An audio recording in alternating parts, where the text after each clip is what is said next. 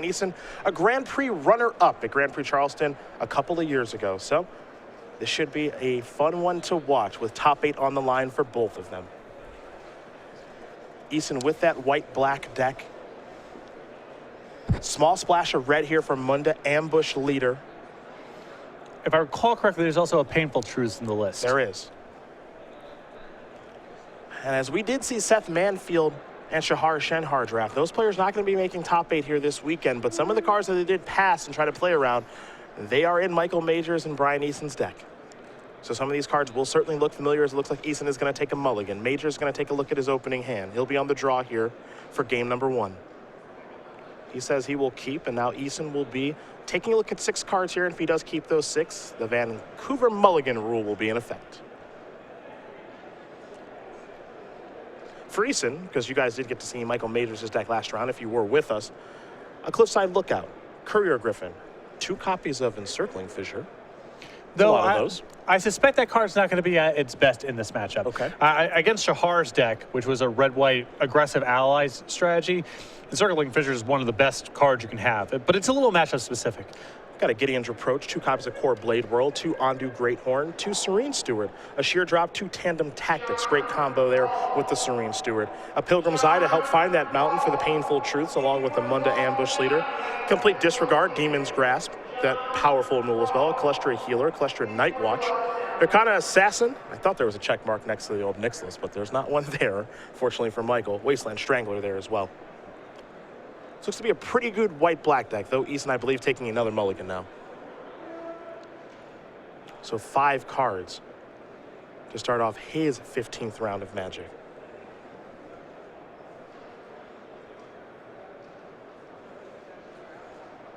We'll see what he can find as his good friend Michael Majors does wait patiently. Have I told you that I dislike pile shuffling? Oh, dude, tell me more. I had no idea. It's not an efficient use of time, that's all. I'm telling you, I hope that you either cover one of my matches soon or I play against you soon. It's going to be what I like to call the pile shuffle hard lock. Mm-hmm. Turn 1, Wooded Foothills. Oh, yeah. Oh, yeah. I'm taking you right in. Cast a Ponder. Oof. Not even going to look at the 3 cards. I'm just going to shuffle. We'll see how the 5 are here for Brian.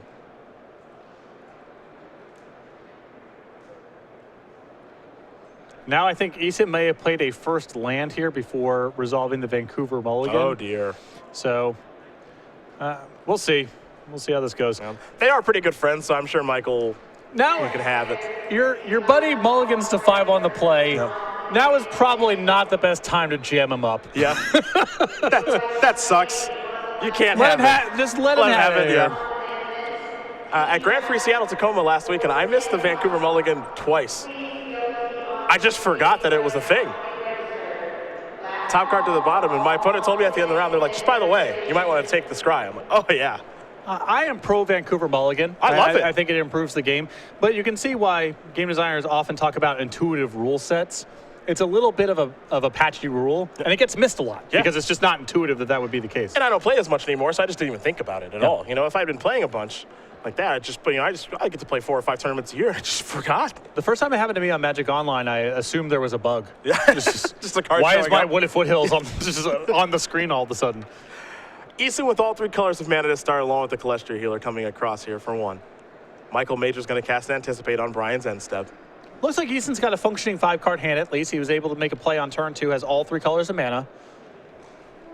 Back over to Majors we go. It's a Valakut Predator before Michael does pass the turn back over to Eason. Painful Truth to draw. Nice. That'll undo a mulligan. Pretty good. Yep. Got to pay 3, but you get to draw 3. So 3 cards coming here for Brian. Monday Ambush Leader found in those cards. It's shaping up to be a very good 5-card hand for Eason. I think we got a game on our hands. I'll pass the turn back. No land actually in those 3 cards. We'll see if there's one sitting on top of his deck. There is a mountain. That'll trigger the Predator. I believe it'll be an attack for 4. And now Majors will simply pass the turn back as Eason falls down to 14. No land here for Brian yet again. Gideon's Reproach the draw.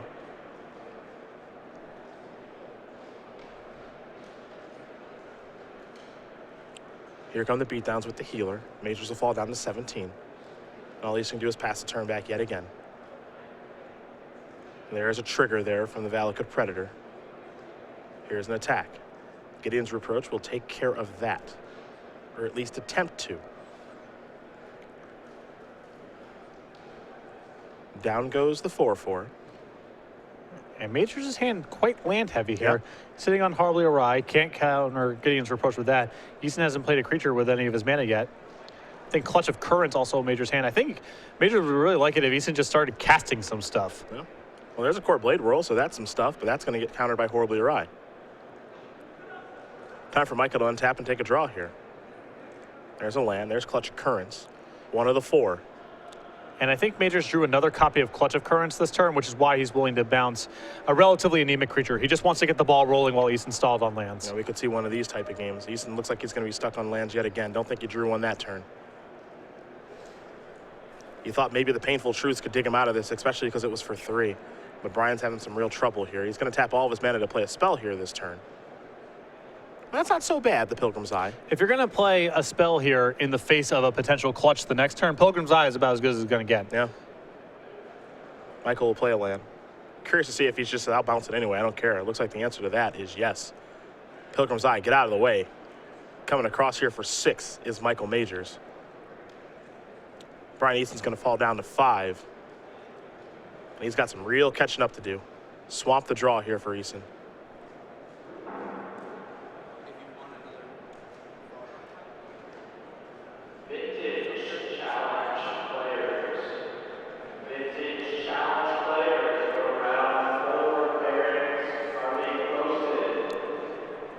Priority here for Eason, get as many 3-power creatures into play as possible, and something like a 3/4 is probably worth the risk. If you can get that on the table, Majors maybe doesn't have an answer, it becomes hard for him to attack. You can push it down to 2, but that's not lethal, and maybe you can dump more on the table the next turn. Here's 4 mana. It's going to be Monday Ambush Leader. Michael will take a look, and we can do the same. There will be a trigger here for Brian. There's a 3/4, which you mentioned is key right now. You also get that Goblin Ringleader-esque trigger. Take a look at the top 4 cards. Any allies that you do find do stay on top. The rest will go to the bottom. You're going to have to reveal those allies as well.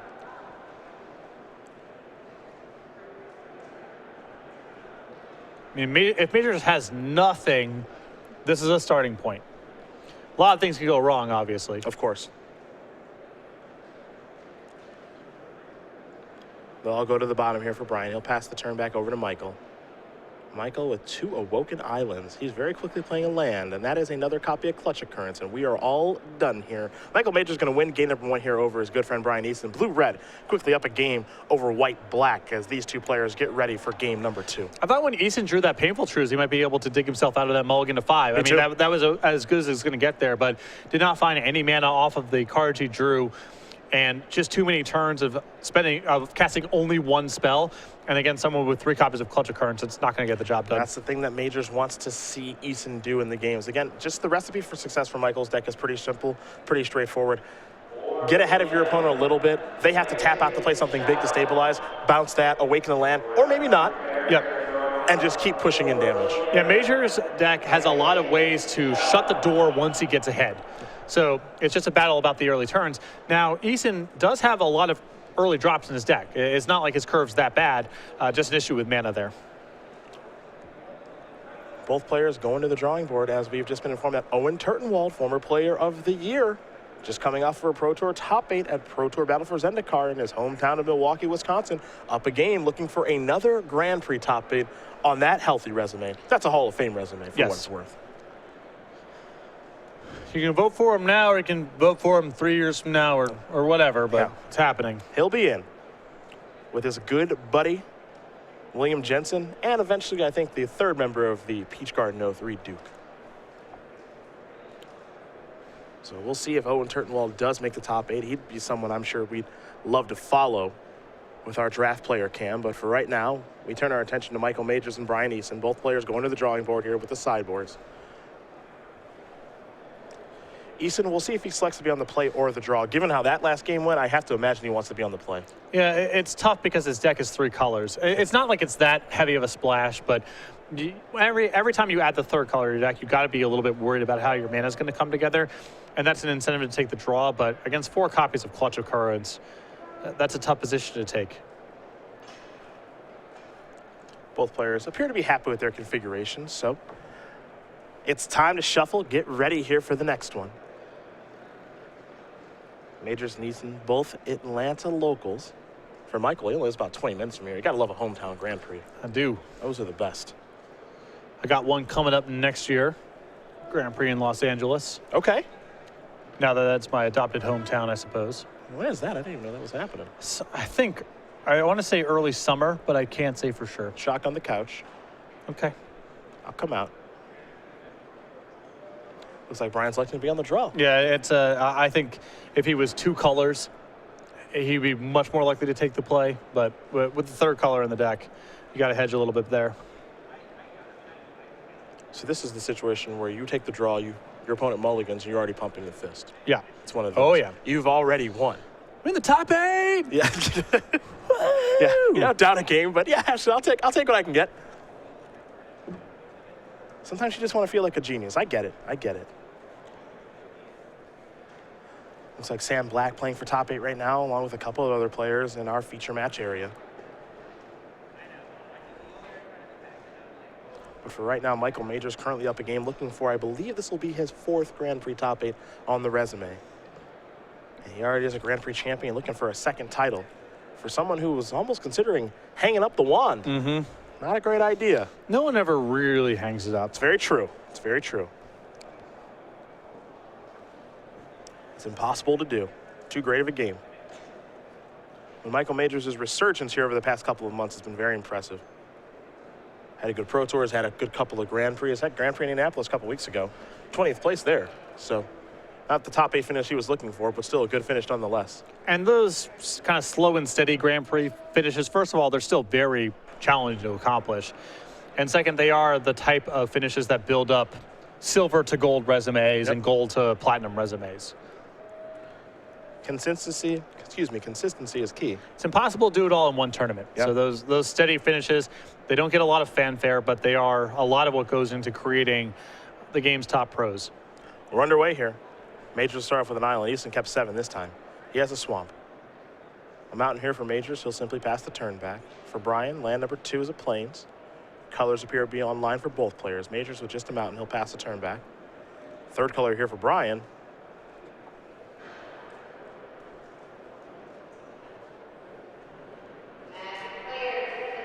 And the spell's countered by Horribly Awry. Nakaran Assassin. Incubator Drone. That'll bring along an Eldrazi spawn. See what's next here for Brian. He's got a Courier Griffin. That one we've seen a lot of this week, and the Nakaran Assassin not so much.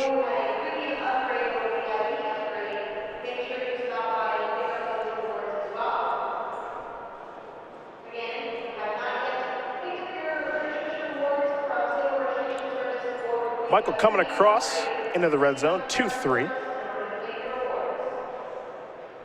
Now, one thing we've seen from Michael here this weekend, he does have a copy of Boiling Earth in the deck. Eason going to take that damage. Back down to 20 he goes. There's an island. This is a Benthic Infiltrator, and that is a Kozilek Sentinel. Again, this is the kind of game that he wants to play. Get a little ahead on the board. Yep. And start firing off Clutch Currents. And Eason with Painful Truths in his hand, and Majors, if he can play this way, can take a lot of sting out of it by making it just very challenging to cast. Well, there's your discard spell. And there goes Michael's hand. The hand wasn't particularly good, though. And now in comes Michael. A little bit of damage to be dealt. There will be an ingest trigger there from the Infiltrator. Away goes Demon's Grasp. And Michael will just have to pass the turn back. So Eason trying to D up here a little bit.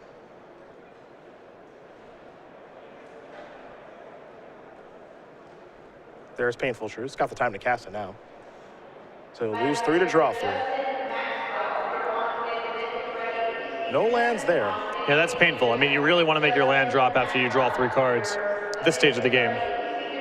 The Plush or a Healer is the play, however. He's got something to do afterward. Majors will take a draw step here. Picked up an island to go along with his mountain.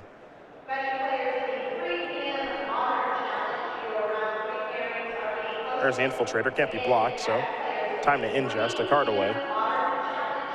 Eason going to fall down to 14. There's an island pass the turn back over to Eason, who may be stabilizing here.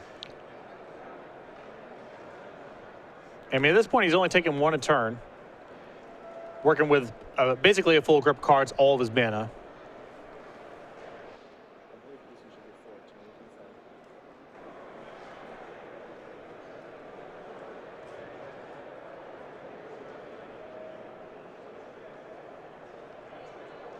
Ooh, combo. A member of Combo Nation. Serene Stewart. Alongside the Calestria Healer. That just works. Over to Majors now we go.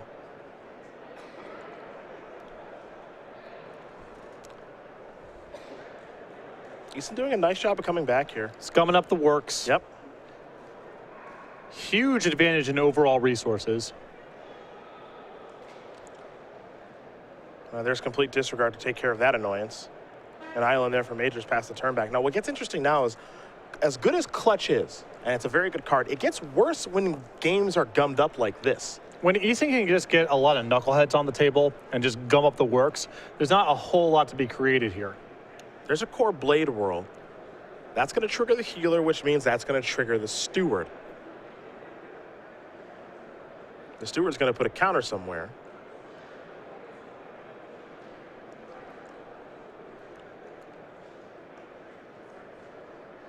And it's going to go into the Griffin. Now the Griffin's going to come into the red zone. Major's going to fall down to 14. And for as good as Major's deck is and has been up until this point, these kind of boards, a lot of different utility creatures in play, no real way for Majors to create leverage with cudgel cards. His deck doesn't have a whole lot of recourse here. Yeah. This is a place where his deck's underpowered and drawing very thin. Here comes Incubator Drone. Now, in situations like this, maybe you do have to get a little bit of crafty in how you attack. The drone will deal 2 points of damage. Eason's going to fall down to 15. But Brian's got a lot of life to work with. Yeah, there's time. Here's a Grave Birthing. He'll exile a card, create a Scion, and draw a card.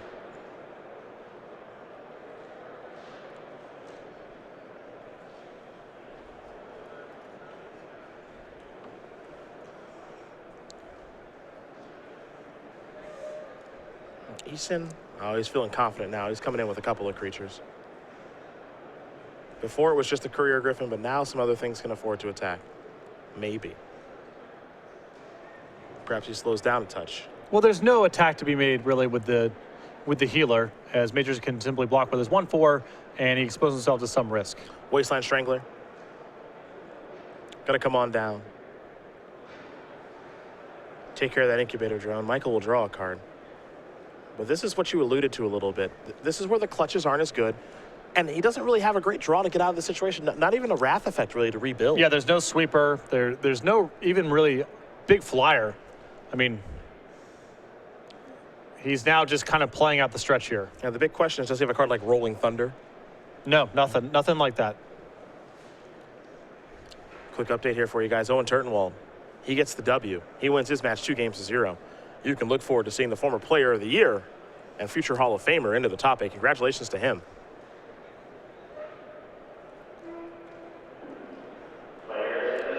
Kozilek Sentinel going to jump in front of the Wasteland Strangler. Eason, I think, correctly sensing some weakness here. Going to start attacking, get this game over with. Yeah, I mean, even if Majors has some really powerful, unexpected trick, Eason's still got 4 cards in hand. Spawns will jump in front of each other. Looks like Brian might have a trick here. Tandem tactics. A little bit of life gain, couple of triggers. Gonna pay the 1, make the healer a little bit bigger. And Michael Majors is all done here. So Brian Eason is going to tie this match up against Michael Majors. The white-black deck able to fight back against blue-red. The two have a little laugh as they get ready here for game number 3. Eason there with, I think, a winning recipe for the matchup, which is gum up the works, generate a lot of card advantage, and win with the leftovers. As long as he doesn't allow the board to become too high tension, the slower and gummier the game is, the more likely he is to have an advantage in the late game. We'll see if either player goes back to the drawing board. It looks like Michael Majors already going back to the sideboard here. So we'll see what he's moving around. Eason taking a look through the 40 before shuffling and presenting his deck. As it all comes down to one game now for these two players. A win likely locks him for top 8. And joining Owen Turtenwald, Tom Martell, Dan Musser, and a couple of other players here later this evening. An acceptable top 8. I'm glad you approve. Maybe Sam Black. Yeah, he could throw him in there too. It'll do. It's fine.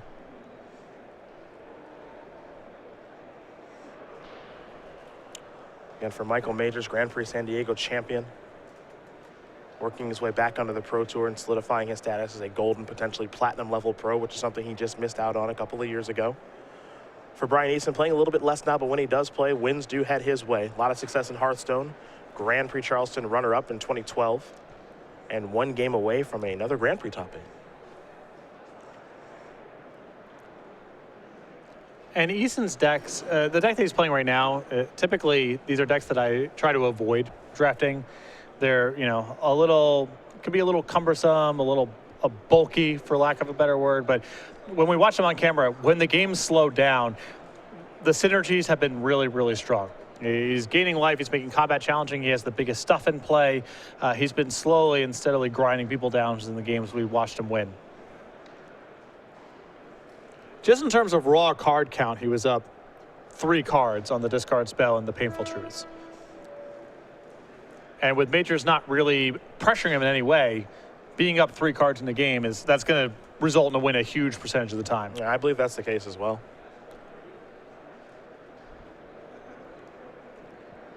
Well, it's one game for it all. Invite to the Pro Tour. Playing top 8 later today. Get a 3rd booster draft in. You gotta love a 3rd draft. Of course, so many opportunities to take foil lands. Maybe a little expedition. Who knows? Oh yeah, we could have a repeat of Pascal's draft, maybe. Oh, I don't know what the Flooded Strands and the Scalding Tarns and Deltas are worth, but probably a lot. I'm taking it with me. I'm taking it with me. I'm not even looking at the rest of the pack. It's not foil Goyf, but it's a lot of money. Yeah. Just add it to the retirement fund. That's all. Yeah, I've just got a dresser drawer full with the retirement fund. Beautiful. Just stacks of just random stuff, random foils, Grand Prix playmats, pins, deck boxes, sleeves. A who's who. Yeah. It's a diverse portfolio. I'm not too long on any one particular asset. They tell you when you're saving for retirement, you want to diversify your portfolio. They do say that. I'm not just on cards. I got play mats, deck boxes, sleeves. Pins, dice. Yep. Various spin down dice from fat packs many years old. Sealed fat packs, yep. Open fat packs, the booklet in the fat pack. Mm-hmm. Posters. Yep. So I know you have Sideboard magazine. I do have Sideboard magazines, yes. You Google that at home. You want to see a young Patrick Sullivan, Google Sideboard magazine. Mm-hmm. You'll find him in there. I think it's with you, Osip, and Adam Horvath, if memory serves.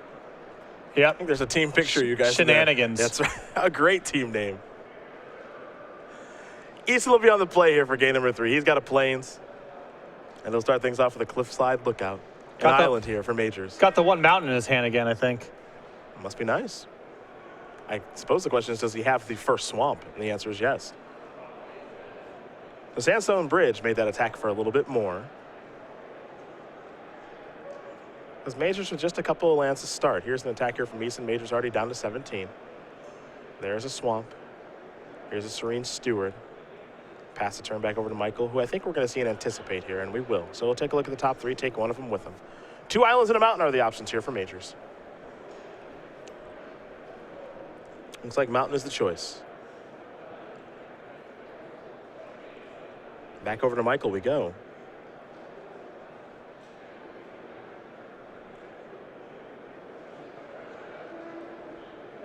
He's got himself an island. Just passing the turn back over to Brian. Nothing doing here for Michael just yet. We've seen counter magic from his deck and horribly Orion spell shrivel.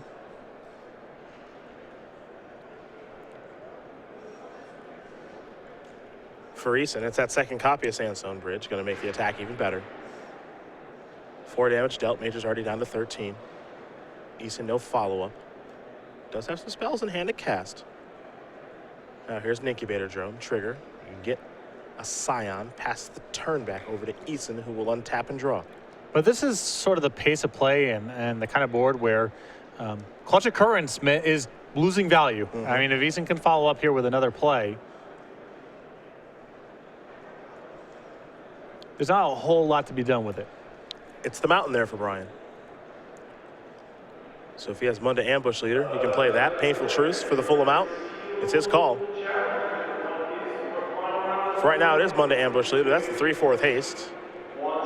There will be a trigger here on the hunt for allies. And Major's already at 13, likely to fall to 10 in this combat.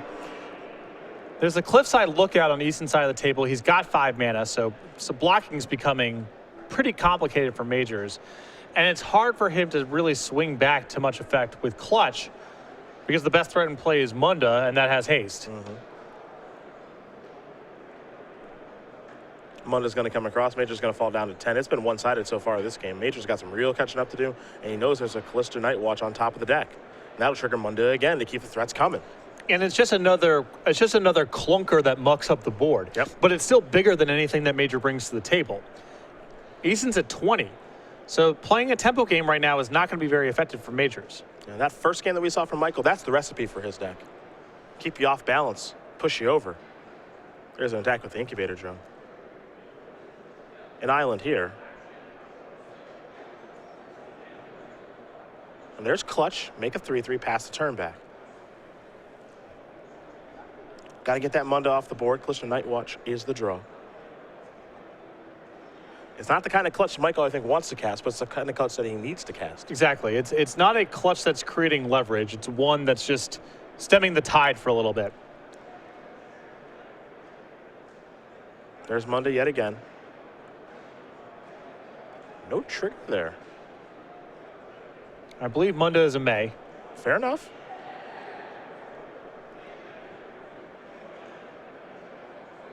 Everybody coming in. And I think with Eason's hand just jammed up right now, he's got a lot of spells, no lands.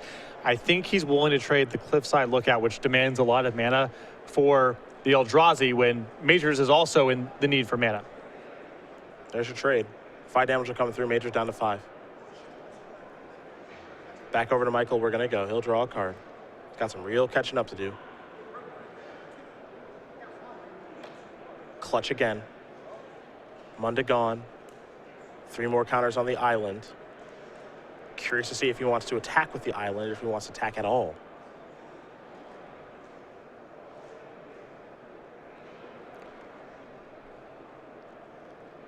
He may want to hang back on defense as an insurance policy for the land getting removed. The other side of that argument is, can Majors win the game regardless if that land gets killed? He's coming in for 6. Oh, okay, we're going to do it the other way. It's time to race. Love it. Eason down to 12. Brian will draw.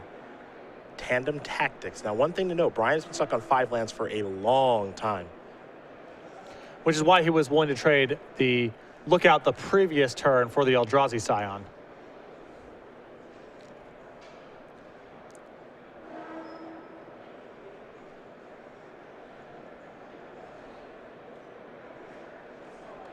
A lot to think about here if you're Brian Eason. The last 2 turns have just been Munda. He's cast that, passed the turn back, and maybe this turn he wants to play a couple of threats if he can. Well, in a spot where your opponent has one big threat in play, you're typically better served trying to go around it if you can't kill it.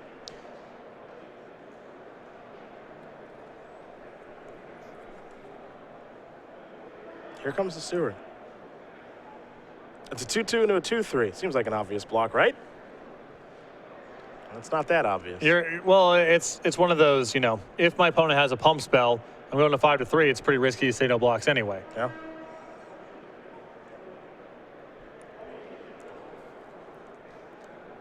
But here's the interesting thing. If it was Lithomancer's focus, Eason probably just plays Munda as the first order of business and attacks with both. Yep. So Majors can probably take that trick off the table. So then the question is, what's the next wave of tricks I'm playing around? Tandem tactics, maybe Boiling Earth. There's some oddballs, but he can take Lithomancer's focus off the table. Now, what's interesting in Eason's hand, if he plays a tandem tactics, up to one target creature gets +1/+2. You also get a life trigger. You can pay a life, put a counter on. So tandem tactics will work out pretty well here.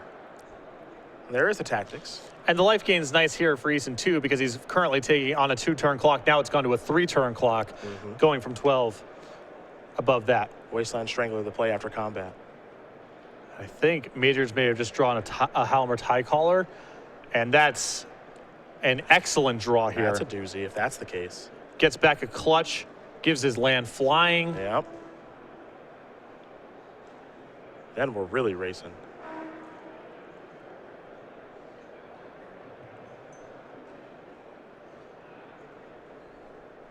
I know he's got a Coastal Discovery in hand too. So this is, boy, this is getting close here. And now Michael's got a lot to think about. He's going to start by attacking for 6. Eason down to 8. What's next here for Michael Majors? A land.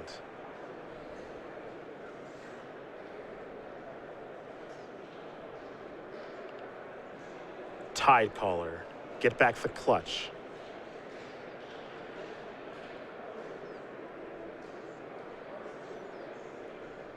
Redeploy the clutch. Wasteland Strangler down. Does he have a follow-up play too? Oh boy, Tightening Coils. Heck of a turn. And with this in hand, if he has a copy of Coastal Discovery, he can just load up that land next turn. If nothing happens to the Tie Caller and Eason doesn't produce a removal spell or a flying blocker, that's it. That's it, yeah.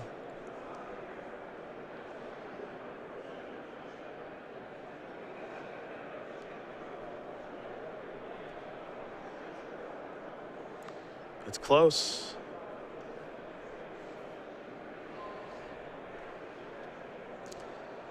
Eason taking a long look. Multiple turns here for Brian. He's really needed a 6th land to be able to do 2 spells in 1 turn. Yeah, he's just been jammed up here the whole game, and that problem has been exacerbated by by the clutches. Yep.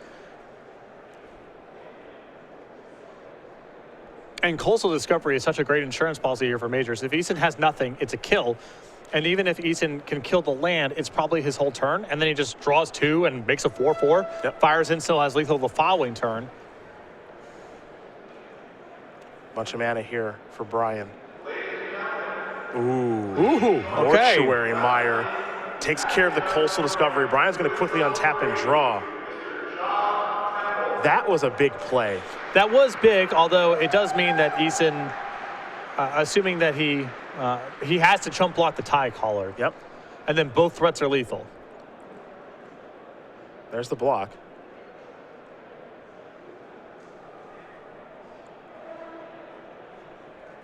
So we pass. You can't block the flyer. Am I wrong? Land was fine, right? Yeah. I would pause. I don't know what to do. Looks like that is going to do it. Yes, that was a kill on the way back there. That's a kill on the way back there. The healer plus Munda. Yep. That's 6 points of damage on the, or excuse me, 5 points of damage on the nose. Yep. Okay, yeah, so that's going to be, I believe that, yeah, that's going to be Xaxes, right? Yes. Yeah, for on Brian's side. He chump blocks, and I think what's happening now is they're realizing that he couldn't block the land that was flying, but Eason found the land, plays the healer, trigger, brings him down to 4, and then kills him. It's not relevant to the outcome of the Correct. game here. That is correct. But that could have potentially been huge depending on what happened on Eason's side. That is correct.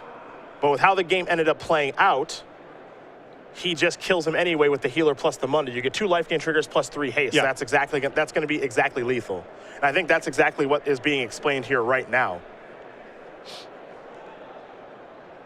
But you can see Michael says it wouldn't have changed the outcome, I think, is his body language. Yeah, here. Majors knows that this isn't real. It didn't change anything on the way back. Eason could survive the turn as long as he could jump block anything. Yeah.